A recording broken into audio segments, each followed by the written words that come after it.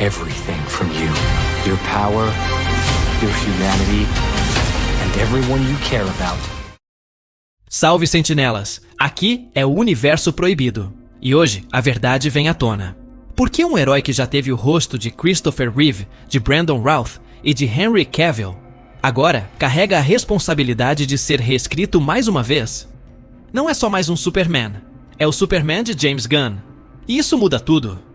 O novo filme de 2025 está cercado por uma promessa ousada: resgatar a essência do personagem mais icônico das HQs, enquanto reinicia todo o seu universo cinematográfico da DC.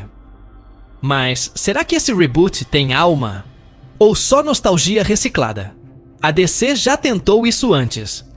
Man of Steel trouxe um Kal-El mais sombrio, mais introspectivo, em resposta ao caos do mundo real pós 11 de setembro. Agora, o Superman de David Corenswet aparece mais luminoso, com traços clássicos, sorriso sutil e um uniforme que remete diretamente às cores do legado. Mas isso é só fachada? Ou estamos diante de uma versão que esconde mais camadas do que aparenta? O rosto escolhido por Gunn não é aleatório. Corenswet lembra Reeve de forma quase desconcertante. E essa decisão não é apenas estética, é simbólica. Estamos falando de uma tentativa clara de reconectar o personagem à esperança, ao ideal, ao mito original. Mas tem uma tensão aqui. Como equilibrar esse retorno à luz com um mundo cinematográfico cada vez mais cínico e politizado? Gunn promete um Superman que ainda acredita, mas que vai ser testado como nunca. E é aí que mora o risco e a possível grandeza desse reboot. Se esse conteúdo tá te conectando com as verdades do multiverso, já deixa o like e entra pra nossa linha secreta de inscritos. Enquanto todos os olhos se voltam para o novo Superman, a verdadeira bússola moral e intelectual desse universo pode estar em outra figura, Lois Lane. E dessa vez, ela não é apenas a repórter obstinada que desafia o perigo. Ela é o centro de gravidade emocional e político do reboot. Rachel Brosnahan foi escalada com um propósito claro. E se você conhece o trabalho dela em The Marvelous Mrs. Maisel, sabe que a escolha não foi por acaso. Ela tem o timing, a intensidade e o carisma que essa Lois exige para rivalizar em peso narrativo com o próprio Clark. Mas tem um detalhe no set que muda tudo. Em uma das imagens divulgadas, Lois aparece segurando uma pasta com o logotipo da LexCorp. Isso não é só um aceno para o vilão clássico. É um sinal direto de que ela está muito mais envolvida com os bastidores do poder do que qualquer versão anterior. E isso levanta a pergunta: Lois está apenas investigando? Ou será a primeira a perceber que o verdadeiro inimigo não é um alienígena, mas o próprio sistema? Nas HQs mais influentes da década passada, como Superman, Birthright e Lois Lane, Enemy of the People, ela não é coadjuvante. Ela é agente ativa das reviravoltas. E se Gunn estiver realmente fazendo o que prometeu, essa Lois será a força racional em meio à crise ética que vem aí. Não uma donzela, não um suporte emocional, mas alguém que questiona o próprio símbolo do S quando ele ameaça virar propaganda. E há uma razão narrativa para isso. Em um universo em reconstrução, a verdade precisa ter uma voz. Lois representa exatamente isso. E se ela estiver disposta a confrontar tanto o governo quanto os heróis, é sinal de que o novo DCU vai colocar inteligência e moralidade de volta ao centro da trama. Trilha leve de piano, corte para a cena do set com Lois e a pasta LexCorp. Mas agora vem a peça mais instável do tabuleiro. Um rosto novo, uma mente perigosa e talvez o vilão mais subestimado do cinema de heróis. Vamos falar de Lex Luthor. A escolha de Nicholas Hoult como Lex Luthor foi recebida com surpresa, mas há uma lógica sombria por trás dela.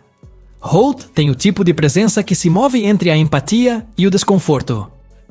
Alguém que pode parecer inofensivo até entregar um plano que estava escondido desde o primeiro ato. E é exatamente isso que Lex precisa ser nesse novo DCU. Um arquiteto invisível do colapso da confiança pública em Superman. James Gunn já afirmou que não quer repetir o Lex megalomaníaco genérico. Ele quer um personagem tridimensional, um antagonista ideológico. O Luthor que acredita de fato estar salvando a humanidade de um novo Messias alienígena. E se o tom do filme realmente se inspira em All-Star Superman, então a ameaça de Lex não virá de armas, mas de ideias. Em All-Star, ele chega a dizer: Superman é uma mentira confortável. Eu sou a verdade desconfortável. Essa frase pode muito bem ser o espírito dessa nova versão. Visualmente, o Lex do set já entrega camadas. Cabeça raspada, ternos escuros, estética fria. Mas é o olhar que denuncia um homem que já sabe mais do que todo mundo. Ele não parece alguém que vai se transformar em vilão. Ele já é. Só que ainda não foi desmascarado. E há algo a mais. Rumores indicam que Lex terá conexões diretas com o programa de meta-humanos da Waller, o que poderia colocá-lo no centro de uma rede de manipulação política que vai muito além de Metrópolis. Não se trata apenas de uma rivalidade pessoal com Clark.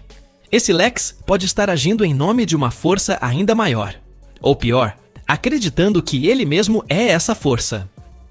A DC sempre funcionou melhor quando seus vilões são reflexos distorcidos de seus heróis. E Lex, com sua obsessão por controle, é a antítese perfeita do Superman idealista. A única pergunta é: qual verdade ele vai destruir primeiro? A do alienígena? Ou a da humanidade? Trilha densa começa a subir. Corte para HQ All-Star Superman, com Lex encarando a câmera. Mas agora, esqueça tudo que você entende como bem ou mal, porque o próximo grupo não está aqui para salvar ninguém. Eles foram criados para dominar ou destruir. E se você acha que The Authority é só um nome, prepare-se. Porque eles são a ruptura do heroísmo clássico. Eles não usam capas para salvar o mundo, usam força letal para redesenhar as regras. The Authority não é um grupo de apoio, nem a nova Liga da Justiça. Eles são o colapso da ética heróica tradicional. E o fato de James Gunn colocar essa equipe dentro de um filme do Superman é a declaração mais ousada sobre o que o DCU pretende ser nos próximos anos. O idealismo está em jogo. E esses personagens são os primeiros a pisar em cima dele. Nos quadrinhos da Wildstorm, The Authority é uma resposta direta à frustração com heróis passivos. Eles derrubam ditadores, controlam governos e decidem sozinhos o que é justiça. Quando Apollo, uma espécie de Superman extremo, entra em cena, o recado é claro: poder absoluto não precisa de permissão. E é exatamente esse tipo de provocação que Gunn parece querer jogar contra o Superman clássico. O confronto aqui não será só físico, vai ser filosófico. A presença de Jenny Quantum, por exemplo, levanta uma bandeira vermelha. Nos quadrinhos, ela é uma criança com controle total do espaço-tempo. Inserir um personagem com esse nível de influência no mesmo filme que um Superman em formação pode ser um prenúncio direto de realidades sendo moldadas à força. E se essa for a ponta do iceberg de uma reorganização cósmica, The Authority pode estar ali não para participar, mas para iniciar o reset. E ainda há outro elemento desconcertante. O visual do grupo no set é limpo, tático, militarizado, mas com uma estética quase clínica, como se fossem agentes de um novo paradigma.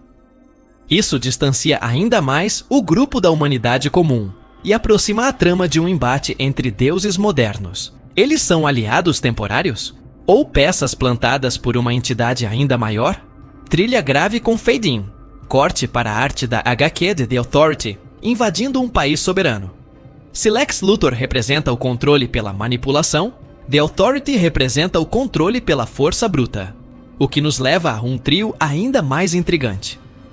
3 figuras que parecem desconexas, mas compartilham um padrão simbólico que ninguém está discutindo.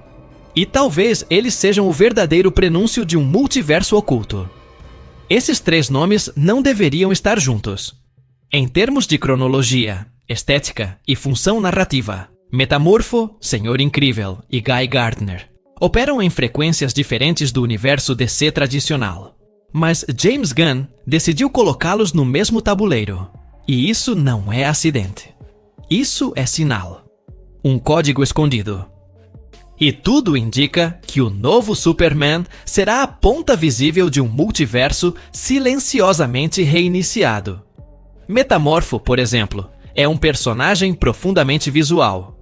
Com um corpo mutável e aparência instável, ele representa, literalmente, a ideia de transição, de matéria, de identidade, de forma. E num universo onde tudo está sendo reescrito, essa metáfora se torna explícita. Nas HQs da Era de Bronze, Metamorfo já serviu como ponte entre mundos paralelos. Aqui, ele pode estar funcionando como um catalisador narrativo para realidades que se chocam ou colapsam. Já o Senhor Incrível é o oposto. Tudo nele é cálculo, lógica, engenharia de possibilidades.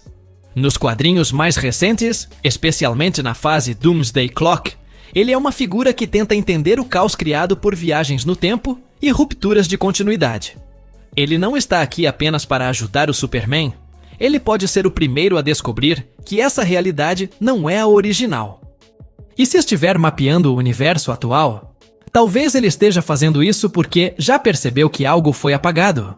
E então vem Guy Gardner, um Lanterna Verde com histórico de comportamento instável, opiniões extremas e resistência a ordens superiores. No meio de personagens cerebrais e simbólicos, Guy é o elemento humano, bruto e reativo. Mas é exatamente por isso que sua presença levanta suspeitas. O traje usado nas gravações tem sutis variações em relação ao visual clássico. Um verde mais fechado, quase militarizado. Isso levanta uma hipótese incômoda. Seria esse Guy de outra realidade? Gunn já afirmou que seu universo mistura eras. Isso é soft reboot.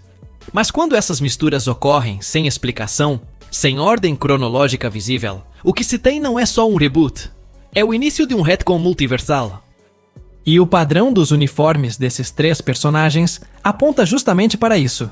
Designs híbridos, mistura de texturas clássicas com cortes futuristas e símbolos discretos que não pertencem a nenhum núcleo canônico conhecido. Trilha eletrônica ambiente, zoom em concept art de Metamorfo sobre fundo instável. Eles não são coadjuvantes, eles são indicadores. Porque quando um universo começa a inserir personagens fora de lugar, é sinal de que a realidade está sendo dobrada. E se isso estiver acontecendo agora, a função do Superman não é mais proteger o mundo. É tentar entender em qual mundo ele realmente está. Mas para entender o que está em jogo, é preciso olhar para o que segura esse Clark por dentro. E não estamos falando de poderes. Estamos falando de vínculos, de rostos que moldam quem ele é, antes do S, antes do voo. Jimmy Olsen, Martha Kent. E a memória de Smallville.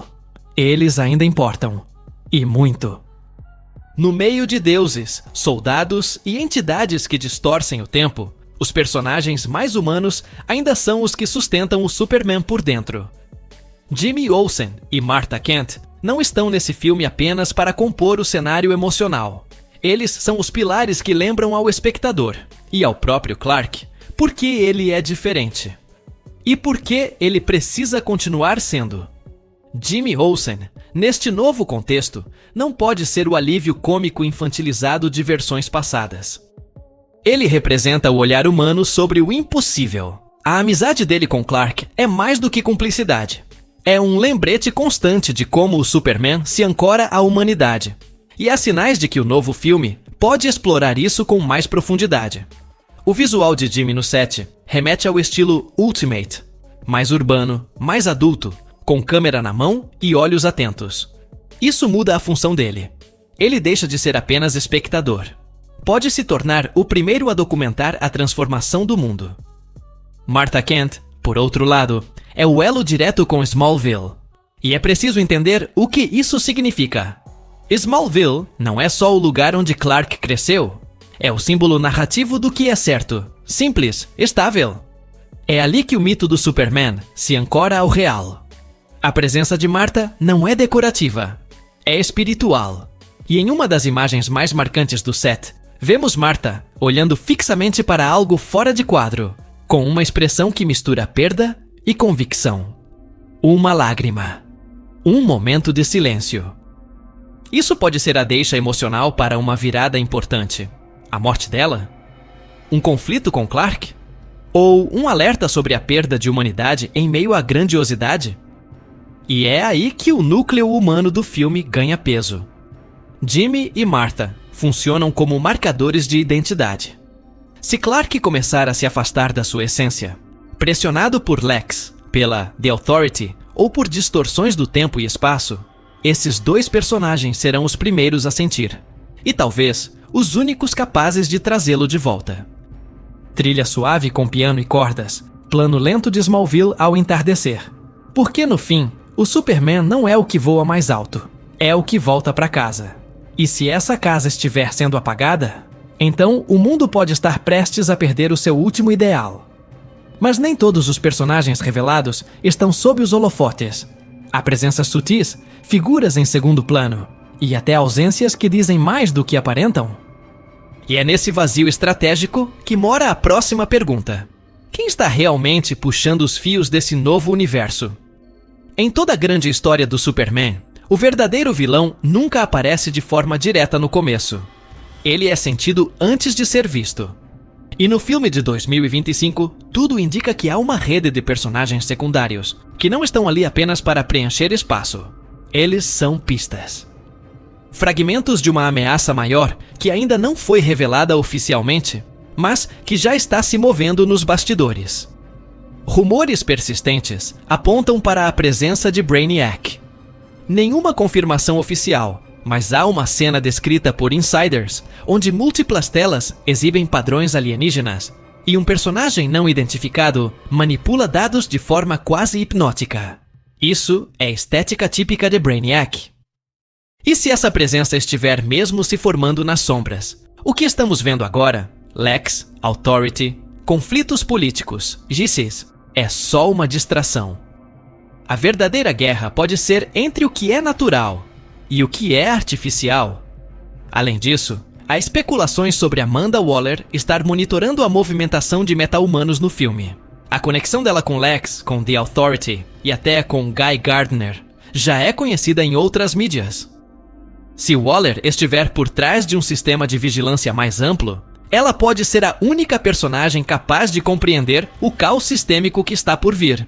Ou pior, ela pode ser a ponte para o controle total do novo mundo. Mas o que realmente intriga são os figurantes. Cenas de bastidores mostram personagens uniformizados, mascarados, posicionados em locais-chave, como se estivessem observando, não participando. São soldados? Agentes? Ou espiões multiversais inseridos por alguma força externa? Em Crise nas Infinitas Terras, foi exatamente assim que começou, com observadores camuflados em realidades alternativas. A ausência de certos nomes também grita alto. Onde está Perry White? Cadê qualquer menção à Liga da Justiça? O silêncio sobre esses elementos clássicos não é só editorial. Pode ser narrativo. Pode ser intencional.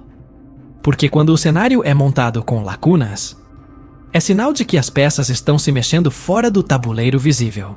Trilha com tensão crescente, imagem rápida do símbolo da Legião, no fundo de uma cena. Talvez o Superman 2025 não seja sobre um vilão. Talvez seja sobre múltiplas ameaças que se cruzam sem saber. Uma conspiração de eras, ideologias e realidades tentando moldar o que será o novo pilar do DCU. E no centro disso tudo, um símbolo antigo. Um detalhe visual que quase ninguém percebeu, mas que carrega a resposta mais perigosa dessa trama. Em uma das imagens mais discretas vazadas do set, a redação do Planeta Diário parece comum à primeira vista. Cadeiras, monitores, luz natural filtrando pelas janelas. Mas ao fundo, parcialmente encoberto por uma estante de arquivos, há um símbolo gravado numa parede de vidro. 3 círculos interligados, quase apagados.